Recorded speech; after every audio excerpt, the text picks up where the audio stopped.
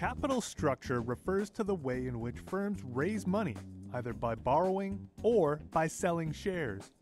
But how much debt and how much equity should a firm have? The answer could be radically different depending on the company and the situation, and it can have far-reaching implications for that company's future. Take a look at Amy's Burgers and Steve's Burgers. Different businesses, but on paper, they're almost the same.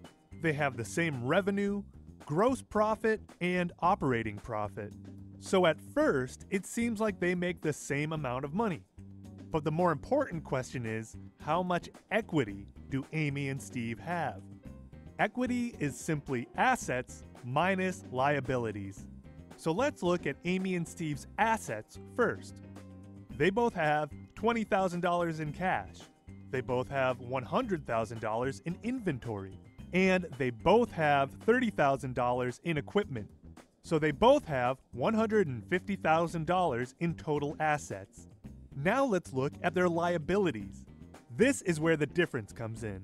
Although they both currently owe $2,000 in accounts payable to cover the cost of supplies, Steve also had to take out $80,000 in debt.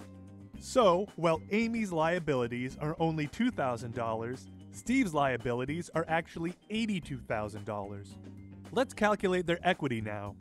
For Amy's Burgers, $150,000 in assets minus $2,000 in liabilities equals $148,000 in equity.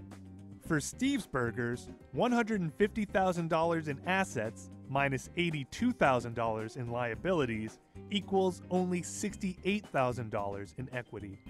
Amy and Steve have different amounts of equity. So what? Equity is important when it comes to selling shares of the company. If they both split their equity into 10,000 shares, then Amy's shares will be worth a lot more than Steve's. How will investors look at Amy's Burgers versus Steve's Burgers?